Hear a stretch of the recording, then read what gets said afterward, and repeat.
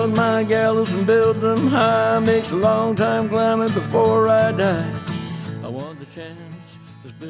Hello everybody, welcome to Longbangers. This is episode 202. It's a wee surprise one because we beat Celtic, so we thought, fuck it, we might as well come on and talk about it. I'm Matty. I'm Colin. How's it going? Aye, good, aye. It was good. I'm probably not sounding like we're bouncing enough because we've just done about fucking 2 hours of short bangers. 2 hours of short bangers. It's like a podathon tonight, isn't it? No, we're doing this. We're still made our fucking tea. It's 8:45. I can't. It's going on that It long. doesn't feel like 8:45 because it's still lovely outside, eh? Aye, it is. It doesn't feel like we should be doing this for nothing. It feels like it should be like a sponsored thing. That's how long we've been recording. Like we should be wearing some daft fucking t-shirt or a wig or something and fucking collecting money for presenting radio shows for like 24 hours now, that kind of shit. Aye. Do you think we could do short bangers for 24 hours? Oh, well, we could, but we probably could, eh? Like we could probably talk. There would be spells from the other hand. But if we had we could just no. I was going to say we could just do it because if there's enough questions in the bank there, that would probably keep us going and spin something different. We'd do 24 hours in. Anyway, that's short bangers, and we need to talk about long bangers. So let's do long bangers. Because we would need to get folk on. I think if we were doing that, you'd have to have guests. We're still in short bangers mode here. Aye, I need to get back into long serious mode. Right. Aye. So Hibs 4, Celtic 2. Quite an eventful night. Overall, what we'll do is we'll get an overall view of the game. Yeah. Anything that you want to call out, and then we'll go right into the listener talking points because, as usual, there's fucking loads of them. Is there? Aye, loads and loads keep them coming. It's good that we like to have them because it keeps us busy. But actually, before we start, I want to say thank you to Barry at Hibs for a fucking lovely shout out at half time. That was a nice surprise for us to get. No, obviously I didn't ask. 2 years in a row he's done that. Yeah, top man. Should get him back on in the summer when we need to fill the fucking schedule. Aye. Barry, I think you have a topic. Barry, if you're listening, which I'm sure you are, I think you have a topic you want to talk about. We'll have you on. Yes, we will. Right. What were your views on the game, Colin? What do you think? I enjoyed it. First half, I thought we were quite defensive minded. Second half, we definitely something had happened in there for they changed the mood and they were snapping into tackles and much more on the front foot. And it was good. It was just good. As I've seen said, but my daughter said at the time, she says, "Why can't we play this every week? Why can't we even play this in 2 halves? Never mind fucking every week." But it was good. It was enjoyable. I think it's a good time to get Celtic, like we've been predicting. I thought maybe we would have got a bit of backlash for them after like the Rangers drawn against St Mirren. I thought, well, that's just their fucking luck that they're going. This would be the game where they go pit it right, boys. They've stopped it, despite never stopping. And I think, and I've not heard it, but I've seen a cartoon thing on the football tweets or something. What he's called, and Brian McLaughlin must have sort of suggested that. Have you paused? And I think Ange had a pop at him back because Kenny was a bit of a cunt. Aye. The reality. It's alright when you're winning, but as soon as you didn't win, he's a fucking fanny like the rest of them. He asked him if he needed a squad rebuild, and he's like, "Oh, what do you want us to win the league by 20 points next season?" Like, come on. Which I suppose is probably fair enough, right? No, but maybe with your budget, you should do it in the Champions League, though, Ange. Aye. True. And your squad depth obviously is a bit shit because look at your keeper. E.g. He's actually, we got a message on one of my WhatsApp groups saying that we could also, because last week's one was called "What's the Goalie Did?" was the title, and so you could call it that again tonight, but just for in our favour. It's funny because on last night I was getting frustrated. First half, I thought we're just fucking dead passive again, no tracking runners.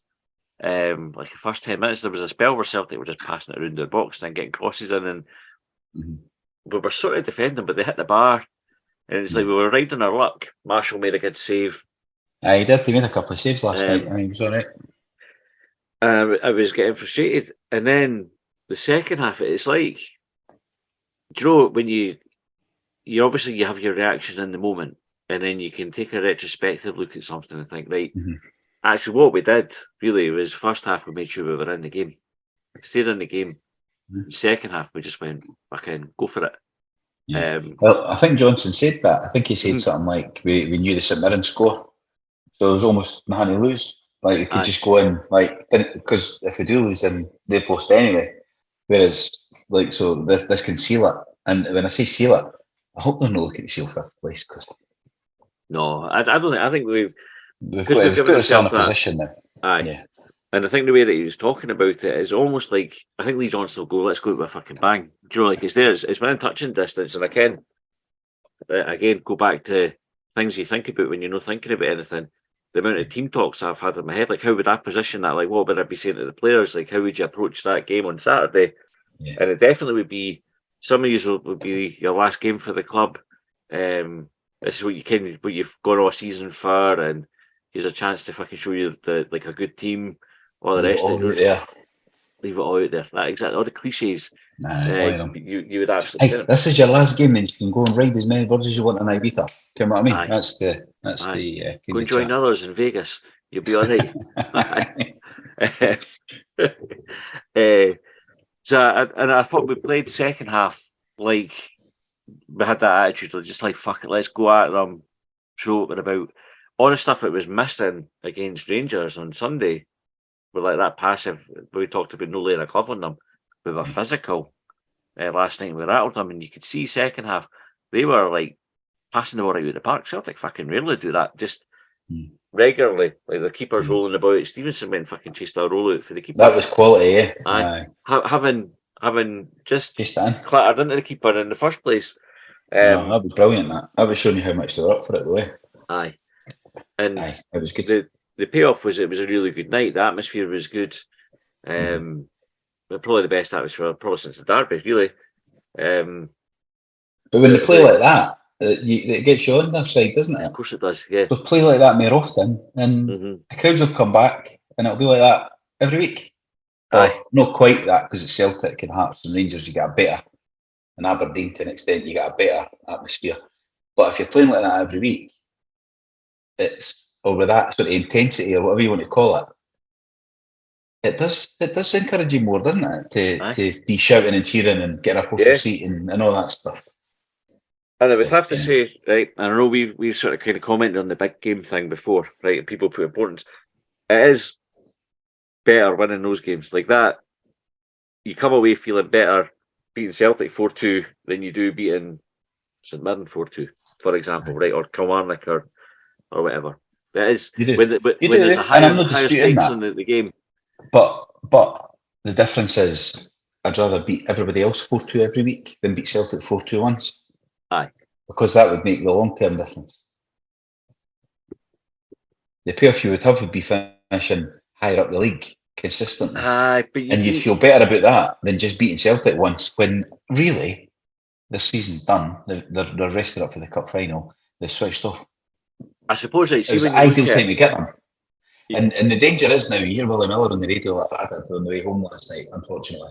And he's like, it's great to have Hearts, Hibs and Aberdeen up there challenging. Correct, I agree with him on that. That's what you want for the league to be better, and it's more attractive if the teams are up there because of the bigger clubs and all that, bigger crowds and all of that. Just want them to get closer to the Old Firm next year. Well, it's not going to fucking happen. Because they've just got to go and spend millions again.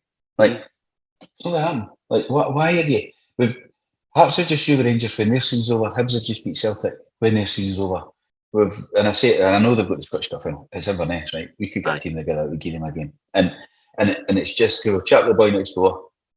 What a game, right? We're ken boys that are half decent at football. We'd give Inverness a game, eh? And so they've won that. Like, it doesn't really matter. Although I tell you what, if we beat Hearts on Saturday, I'll be fucking cheering Inverness. I'll be out with the strip and everything. Come on, Cali. Yeah. Anyway. I tell you, that's where we kind of talk about hero fantasies and everything. That's the other thing. You imagine that sequence of events transpiring, given that we've won the fucking third place competition. Third best. Well, they won that in December, didn't they? In December, aye. But if they didn't even get fucking Europe, I would. I think they took the hump when Michael Beale came in and said Aberdeen were the best team in the country, eh? Mind that? And they went fucking, and they just, every interview, they kind of rattled on about being the third best. It was like they pinned it up in the dressing room and all that. And that was one of the ones when they say, pinned up in the dressing room and we used the words, well, come on, you better just take it back down, boys, no mention it, because that's what he's doing, next season, eh? Right, let's go into the talking points and probably cover most of the match there. Chris Cafferty is the first one. So Clancy had a howler. Neither were penalties. He got help from VAR with Jake's red. Their boy was unlucky, in my opinion. Just a crap referee. I can't remember the boy's first. I can't remember the boy's first yellow. I think the second yellow was a yellow. I'm not sure what the first one was. So I don't. I thought the first yellow, Colin, was he was lucky not to get worse. It was just like an off the ball stamp. I can't remember who he hit. It rings a bell now you say that. I can't remember, but I think it's definitely 2 yellows, and you could maybe then argue. I can't remember that one, so I can't say. But if you're saying that, definitely yellow, at least. Another one's a yellow. I've seen that back. So that's he's got that right. I can actually see why the Doyle Hayes one was given. I think Lee Johnson said that as well. You see the replay though, and you think, because I thought at the time, yeah, fucker, that looked bad, and I thought that's the same as Lundstrom's. That's what I thought as well. That was the Lundstrom test. Aye, so it got overturned correctly, but I can see why he gave it, because it looks more violent than it actually is when you see the replay, just for the pace and all that. So I think that, okay, fair enough. I think their penalty was a penalty. I think Stevens just come and wiped him out when the ball's away. What was your penalty? That was a jersey pull, wasn't it? It was Hudden the boy. You got that right. Aye, you got that right. And I've not seen the handball back because I can't find the fucking clip anywhere. I was messaging earlier trying to find it. I've not seen Sports Scene yet, but I read somebody say maybe in the group chat they said that it's checking for VAR, but it didn't show it. And it's like the camera's never fucking captured that. Although folk that were watching it on the telly in the group chat last night said it's a definite handball, but it's like it's never been replayed anywhere, because I'm watching it on. There was a Celtic Twitter site. They've got all the goals and that. I thought I'll watch these, and it starts with McGregor running through the middle of the park. And you think that's. But what makes me think it was a handball, and it does sound a bit daft, is everybody went handball, kind of like one of the ones when. And you think when that many folk are shouting for it, it's a fucking blatant one. So I wonder why. What the mitigation was, like if did it bounce up off his foot or something? I don't know, because I've not seen it back. You know, is it one of the ones, Kevin, you get the secondary bounce? What I think it is, and mind Rangers scored the late goals against Aberdeen, and there was one where the player handled it and it broke to the other player and he scored, right? And I think what to look at is, I think that it's like it's not the intention of the rule, but it's like if it hits anywhere on the goal scorer's arm, it gets disallowed, right? So if the hand, it doesn't matter if he's meant it or not. An accidental handball when the build-up is meant to be okay, but that was a deliberate handball. This would have been given as a handball if the referee had seen it. It would have been called. I think every handball was deliberate last week. No, when we were talking about the Aberdeen penalty. Right. So yeah, it depends. For the attacker, it is. Right. So in that situation I just gave, so it depends on the context of the play call. Okay. That's why rules are made. It's a simple game, made difficult. So I think what's happened is they've gone back and they've gone, it's a handball, because I think it's a clear handball, but I think they've gone, it's not the goal scorer that's done it. I'm not sure if we can go back that far and interfere. Well, I was going to say it was in their half. And they said, mind that when VAR first came out and there was a goal disallowed, Motherwell rings a bell. In the first game with second game because we were the first game on VAR on the Friday night, but the first Saturday game on VAR, and they pulled it way back for a free kick in the other half, and they went, that's too far back. So was it maybe that then? But then they spent ages checking it as we found out 11 minutes into the time. I think that's what the debate was whether or not they can include it. Is it too long? It's definitely a handball, and then it's like, so it's a handball, but does it fall in a remit as VAR? And I think they've gone, it probably doesn't. Because it was in their half. We've had plenty of time to stop the play. So it was in the build up to the goal. So you should have gave the hand back. So we're talking about VAR. The referee should just give the handball at the time. If the referee does his job. Having not seen it back, let's go on assumption it was definitely a handball. He should have gave that. So you got that wrong. You got the Doyle Hayes wrong, but I got corrected by VAR. I think the lines you got right. Apart from maybe Nisbet could have had another penalty. After it. And that would have been a red card as well, because it's got a goal scoring opportunity and he's not attempting to play the ball. So it would have been a second penalty and a second red card, which is why I think they never fucking called it back. But also VAR though, the ball never went to play for ages. And I was thinking, just somebody kick it out, or somebody sit down, somebody go down with the head knock, and they'll have to check it. Rugby's clicked onto that. I watched the European Cup final on Saturday, or the Champions Cup final on Saturday, and a boy wiped a boy out and hit him in the head, and that's against the rules in rugby. You're red carded now. But the boy that got hit in the head just fucking stayed doing it. Because then, if he had got back up, they wouldn't have, the VAR probably wouldn't have picked it up. But because he lay down, they're going, that's a head knock, get somebody to check him. Well, we'll just have a wee look at it. Aye. Well, And so that the boy definitely got sent off, ball turned over and all that, totally turned the game in the last 5 minutes. Aye, I thought that at the time because Ball ended up back with Maybe Bain. that. He had You it need in to his get it hand, out of the kicked park. it. Aye, that's it. If we'd knocked it out, I think they would have done the VAR check. If we're adamant, that's a penalty. Although there wasn't loads of folk surrounding the ref on it, but I was sure it was a penalty at the time. Aye. You need to be clever. On Saturday, I'd like to think they've learned for that and they go, kick about the park now. Just kick it out. Kick it out in their half. If they're throwing, we'll defend it in their half, down there, that's fine. Check the VAR while we're waiting on them taking the throw. It's like they can't stop the game to VAR it. But they must be able to. It's blatant.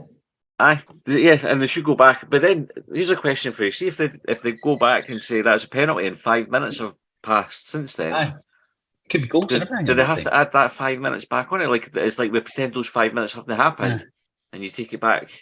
Well, it's almost that. What will happen is if somebody gets booked or sent off in that 5 minutes, or somebody gets score a goal? Did they just wipe it? Wiped. I bet they're yellow and the red when they get wiped because that's happened before with what happens abandoned games and that. Yeah, carry your suspensions on it. Aye, their penalty, right? I watched this however live. I thought, fucking never a penalty, right? I was raging about it, and then I watched the replay, and I was like, fuck, aye, that is like pretty clear. Then I watched it again, and I was like, actually, they both missed the ball, and so they both go for it. Aye. I think it's because Stevenson's gone to ground. It looks like he's clean McGregor ground, but actually they just run into each other, right? And you see, like, well, why is McGregor getting the benefit of the doubt in that one? Neither of them's fucking getting near the ball. They've both missed it. He's gone into Stevenson as well as Stevenson gone into him. I didn't think so. Well, I watched it and I watched it and I watched it, and I think it's a penalty, right? That's kind of where I fell on it. So it's clear a penalty as you'll see, Hank, because there's nobody round about them or anything. Aye. That doesn't matter if he's not got the ball. If you're going to wipe somebody out in the box, it's a penalty. But that's the point. The point I'm making is he also went to Stevenson. Like, it's the two of them clattered into each other. Or is Stevenson going to ground? It makes it look worse for his perspective. But it is a penalty. Like, I've watched it and I'm comfortable that I wouldn't complain at the referee for that one. I think it is a penalty, and it probably is a clear penalty. But I was like, can we try to find a bit of mitigation, or you try to go fucking I bit thought of it was injustice? A penalty straight away. Live, I didn't even think. Then I was going to see you saying it, and I thought, really? I think see the difference in angles, because actually the angle was more behind the incident. It looks a clear penalty. For the side on, when you're seeing the cross come in from Aida, it doesn't look as bad, and that's the view I've got of it. Really, is because we're almost in line with it. And I'm looking straight on and I can see them banging in. We were all around us. Everybody was fucking furious about it, going, "That's never a fucking penalty." I shouted, but pretty much shouted what I tweeted, which was "fuck off," and "fuck off" again, Clancy. Anyway, it was a penalty, so I should probably apologise to the company. So he sort of round up. I didn't think it was that bad. I think 11 minutes was. We were predicting 10. Aye, me and the boy in front. 11 was about right for the time that it took to sort everything, because there was tons of injuries. And VAR for their penalty, VAR for that was first half. VAR for our penalty checked. Doyle Hayes, their goal, and the subs and injuries. So 11 minutes was probably even a wee bit short, because there was loads of subs. The VAR did its bit though. Like, VAR worked for the red card.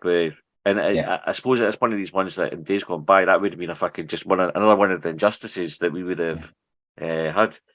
Right, we're conscious of the time, but let's get through these talking points. Right, Jimmy, hiya Jimmy. Jimmy messaged short bangers.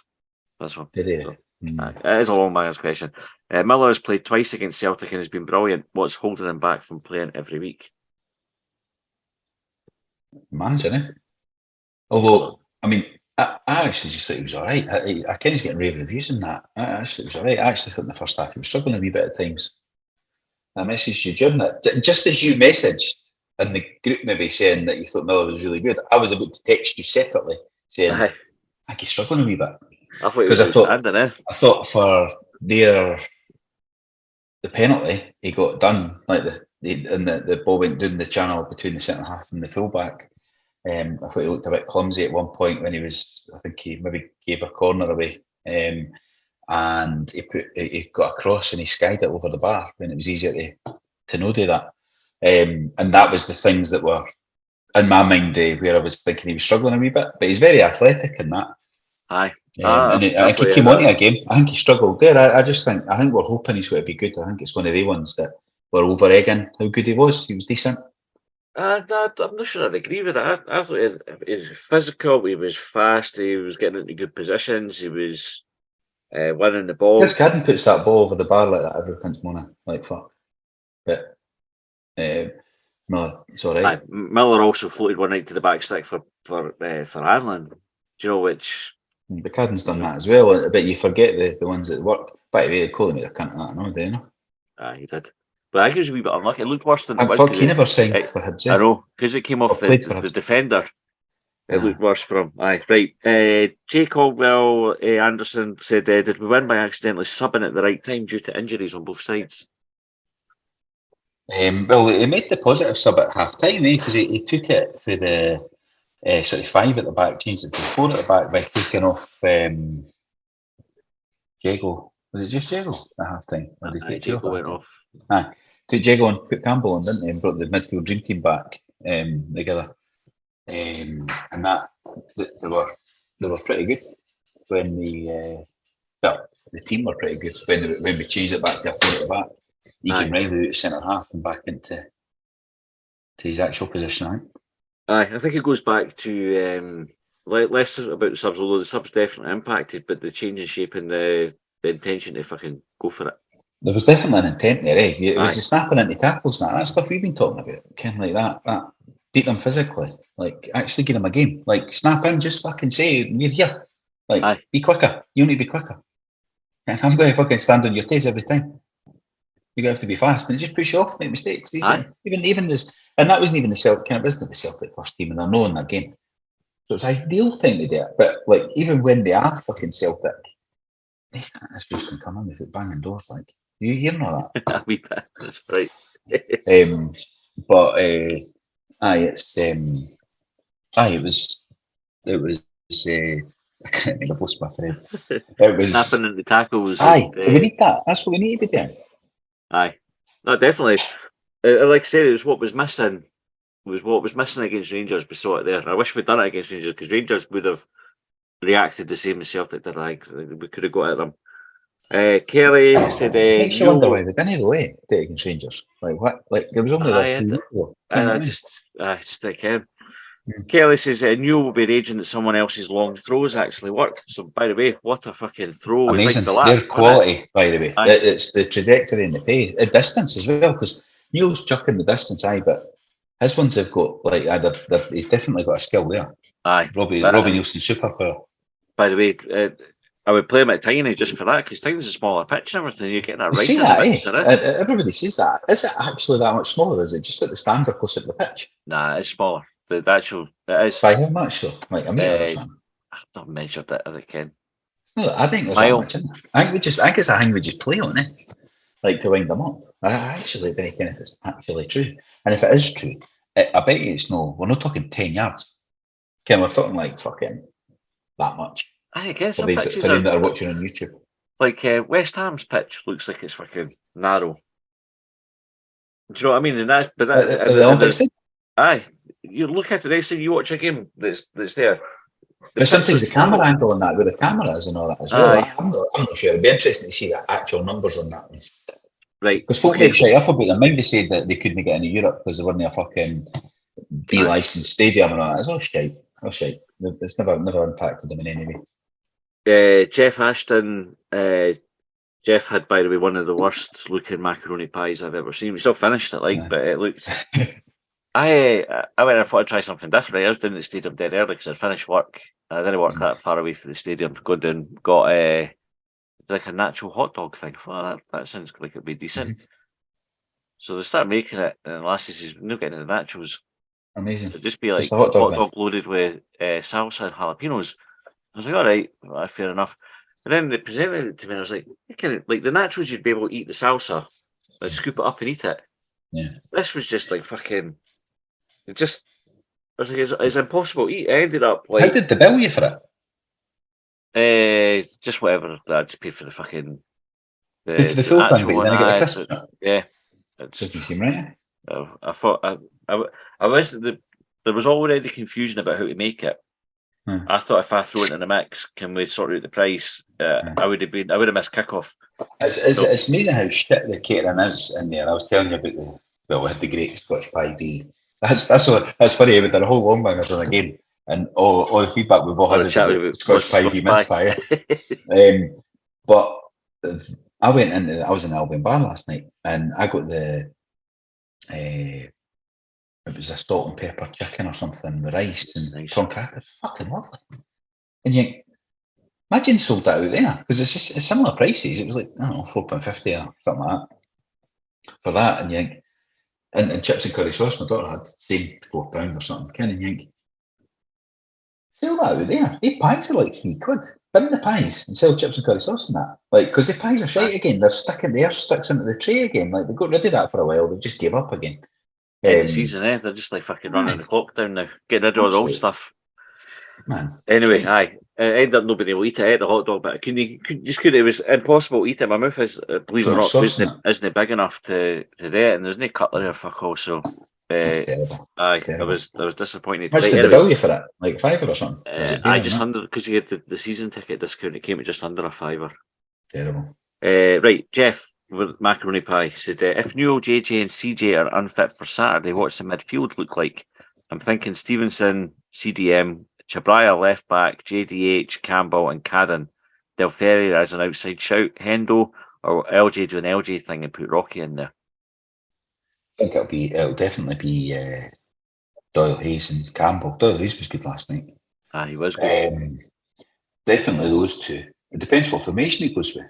Has he got to go 5 at the back again with 3 in there, or has he got to go 4-4-2 like we finished? So because if you're going 5 at the back, you would have Miller. Miller could play centre half as well, can't he? So you could have Cadden, Miller, Hanlon, and Fish with Stevenson, and then you need Doyle Hayes and Campbell, and then one other, and that might be. It would probably be Henderson, wouldn't it? Based on the fact that he came on again last night and he was all right. You know what I mean? But So. I can't think of any other midfielders that are there. If you've got Egan Riley and you could play Cadden in there. He has played there before. Yeah. Well, and then maybe his better position. Let's say if I want to play in the position I tell, let's fucking play him in there. You know. Well, he's got the legs for it. You could stick Stevenson in midfield, but I think if you're taking Newell out, you want somebody that can carry the ball. So Henderson, although I think he's obviously know the quality of Newell, he can at least carry the ball. I think if Henderson's right for a derby, though, I think he's got the fight for it. But maybe proved me wrong. Russell Fallis, that's Fallis. That's what I was thinking. Said Newell is criminally underrated by too many of our supporters. We should thank Hecky for bringing him to Easter Road on a free. He should be Hibs captain next season, and we should all pray that he recovers on time for Saturday. I definitely hope he is captain material. I think Newell puts in. You see him, does a lot of organising in that. You see him. Aye, especially in the big games. Very rarely lets us doing in a big game. Charlie McGrew thinks she made that up. Said, did VAR balance itself out last night, or were we hard done by with second Celtic goal for the handball decision and missing out on a second penalty for Nisbet being wiped out in the box? Probably discussed that. Don't know. Did it clean itself out? Well, we got the red card back, but that's just a correct decision. Aye, that's no cancelling in and out. That's what you should do. Well, it is but then, so what is cancelling out then? So VAR, I would say that is if VAR intervened and we got lucky with one. Right, so say, for example, VAR with Vassell getting the high foot red card. Yeah. Right, and we've seen incidents where high feet have gone with red cards, some have been yellow cards, etc. Right, so you'd say, right, if we got away with one there, and then it got cancelled out because we got somebody sent off for that reason. Right, that's it. Cancelled. It was 2 wrongs making a right almost. Here you've got the wrong ones. They're no balanced out by right decision. The right decision is what should happen. You've no gained anything. You've no benefited. It's just done what it's meant to do. It's its job, to quote Roy Keane. Roy Keane. Aye. Right, Kaiser Souza says, does it count against 10 men? Oh, I saw he did. I think did they not say that in the group? And I thought, oh fuck, he's right.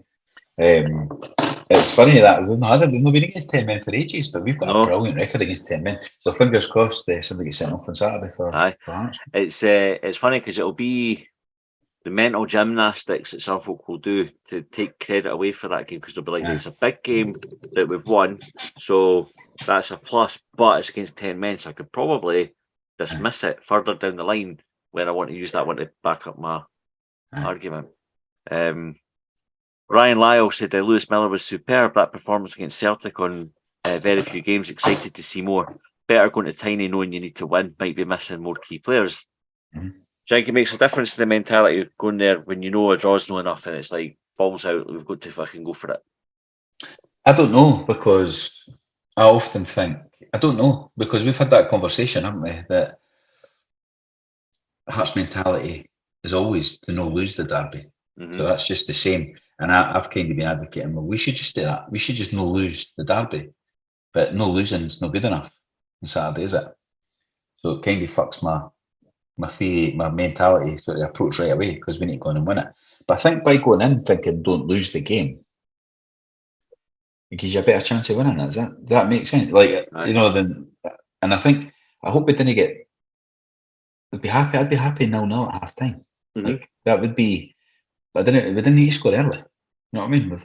It's like one of the. We didn't need to go early doors. I'd love to go and fucking just get them a doing and get it done by half time. Aye, stay in the game. This is what we did on Wednesday night. Stay in the game and then go balls out. Aye. I just go balls out for the fucking start. Let's say go 3-0 up half time, and then stay in the game the second half. Aye, that'd be the Jack Ross approach. Yeah, that was the one at Christmas that time. But no, I think. I don't know actually how to approach it. I think I approach is to go in with the keep staying in the game. I was saying last night, like, I hope we didn't fuck it up. I hope we didn't go in and put ourselves in a good position and like go and be 2-0 down early doors. You know what I mean? And then just take all that optimism and that out. Stay in it, and even I think if we give up a good performance, and even if we fucking draw 1-1, but we've put a good performance in, I think they'd get a bit more credit out of that than, well, they definitely would. Aye. Can we be disappointed, but we go, bastard, they nearly fucking they get a good bash. Okay? Even though they fucked it up a few weeks ago by no beating Aberdeen, no beating Motherwell, no beating Dundee United. Aye. We should be third now, fucking sealed done. It is mental that we could finish, and the thing is, it makes it even like it's you couldn't write the end to the season if it goes in our favour. It's about as obviously you'd want to finish third, right? Except that you're probably not going to finish first and second. But if you could finish fourth and in doing so knock Hearts into fifth, steal the European spot off for them, like or go in a bit further down the line than they do on their patch. Actually, you'd have to revise. Like we did extra time last week and reviewed Lee Johnson's first year in charge. 7.5, I think, or 7 out of 15 is where we landed on it. You're probably coming away from it going, does that bump up to maybe like I think finishing fourth, getting into Europe, finishing above Hearts? Is it then like a 10 or 11 out of 15? Like, does that? It's much better then, isn't it? And it's crazy. Like that's the margins, though, isn't it? Like I get Jack Ross talked about fine margins that we could end up 5 points behind Hearts, finishing fifth and being like, oh well, that's fucking a right damn squib. Yeah. Or damn squid. Whatever one you pick. Like a damn squib of put them on a high pedestal. No, I can't remember the. That doesn't matter, right? You try to get other fucking stupid thing. There's like I can't remember what the wrong one is for it when you put them on a pedestal, but it's like it was like an IT crowd. Like the jokes for that, but I can't remember what they said instead. Anyway, I got to say at work today. I was in a meeting and a guy said, and I got a laugh in the room, so I was pleased with myself being the new boy in that. It was a team thing, and he was like talking about work, and he says, I wouldn't say, and he was talking about like what type of person you are, and he said, I would say I was the kind of guy that people would say about me, and I thought he's got to do the entertainer first. Aye. Kind of like, so I called it out, eh? Everybody's like, I thought, thank fuck the Bob washed off. I came on board. Otherwise, he would have been on this can't talk about it. Outstanding. What were we talking about there? Football. Football, aye. Pedestals. Just carry on with the talking pedestal, points. aye. Right, aye. Paul Mackay says, does last night win count as a big game or win or just another win versus 10 men? Yep, I had that one. Alan Neil Duncan said, this should be on TV, the biggest game of the day and one of the few left with anything at stake. Sky has shown Celtic beat Aberdeen. A meaningless game for both teams. I'd agree. They're not showing Dundee United Kilmarnock. No, sorry, Kilmarnock, Ross County. Aye, which is mental. You Ross County could jump that. them on goal difference if they beat them. Mad. Tom Wallace, the only thing VAR got wrong was Celtic's second goal. It was handball. Miller, player of the match. Davy Fallon said, thought Lewis Miller's long throw-ins were unbelievable last night. Definitely gives us an added weapon that other teams don't have, just by the sheer velocity he's able to throw it at. Alexander Mackay says, before the game, my grandson and I merely prayed for no stupid mistakes, as against the other Glasgow team, and that Hibs beat up for it. By Christ, we got both wishes and then some. These nights make all the misery we suffer worth it. Wasn't kind of like a guy parked up at the Esselrig. I kind of were talking earlier on about seeing folk that you can think could I batter them. That's an older guy with a walking stick. He definitely could batter me. Like, you know, when you can look and just go, fuck hell, this boy, even if he was like a hand tied behind his back, I reckon he'd kick my fucking head in. He says, you fancy it tonight? And I just had a green and white scarf on, and I'm going to presume he's talking about Hibs. I was like, I'm no, probably no. I think we're probably going to get a Syrian again. He's like, no, you got to be optimistic. Can I put tenner on Hibs to win this, but to score, I could get about 150 quid. I was like, well, you've got to be optimistic. Yeah, I kind of changed my tune at that point. I was like, what's the point of fucking going to the game and thinking you're not going to win? You might as well kind of go in and hope. And yeah, do you know what? The guy was right. So anyway, right. JPJ White says, what would be the most Hibs way to miss out in Europe now? Is it no? I don't know. Let's worry about the Hearts Bay. Yeah? Aye, came up with we'll fucking field somebody that's suspended. Underage. Aye, underage. Somebody's too young. Aye. Hi, Beat Till I Die said, I know Miller had been injured, but why on earth has he not been starting since our previous game against Celtic? He was superb in both games against them, but not good enough to start in other games. It makes no sense.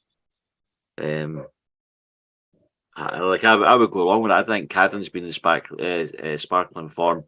I think Miller. Cadden's not been playing right back. Megan Riley has. Well, I suppose maybe it's just that formation thing where they brought him in. I would be comfortable just keeping Miller on the right back. And but it's Egan Riley's best position, though. Aye. Egan Riley's no place broken anyway. Just keep Miller in. Aye, and he's Egan Riley will be back. I think. Aye. No. So, Neil Renton, hi Neil, was speaking to a Nottingham Forest fan before the game who made the point that the clubs at the bottom of the Premier table all sacked their manager. Forest stuck by theirs and he's kept them up. Maybe that's the way forward. Stick with the manager. I was thinking about that the other night, actually. It's a good point, that. I thought that they got safe early doors, like game or two to spare, and it was Leicester and all that panicked, didn't it? Everton and Leeds.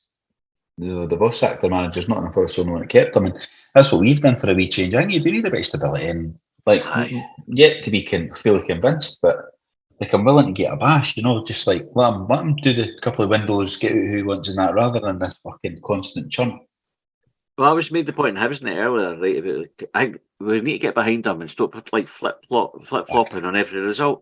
And actually, the bad performances recently have been the anomalies. If you think we were good up until we lost the second goal against Rangers, or at least decent.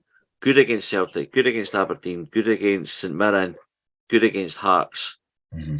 The bad performances are the blips now. And so long as he can kind of keep that up, then we just need to kind of get behind them. I think they're second in the form table for the last 6 games or something. Anyway. Right, last two. LG and Cow said general thoughts on Marshall. Thought he responded well after his nightmare on Sunday. He's decent. A couple of banky distribution a couple of times wasn't great, but he didn't make any mistakes. Made a couple of good saves. So he's an experienced goalie, though. You'd like to think he would. I'd be able to bounce back. His job. Right, Colin. Last one's Neil Renton again. Also another talking point from last night's game. How nice is Colin in real life? Really? Is that what he said? That was really nice. Actual words. I was thinking how much money you give him for that. Really nice. And sorry about that handshake that you can hear all about in short runs. Right, that's us out of time. If we didn't get to your talking point, sorry about that. But thanks for sending it in. We'll keep them coming for the next game or Saturday, and then we're done for the season, Colin. Well, we've got a couple of guests lined up, haven't we? We do have some guests lined up for pre-season or post-season or whatever it's called, off-season. As we've said the word season too many times, so I think that's time to wrap it up. Right, thanks for tuning in, guys, and girls. We will we'll see you next time. Well,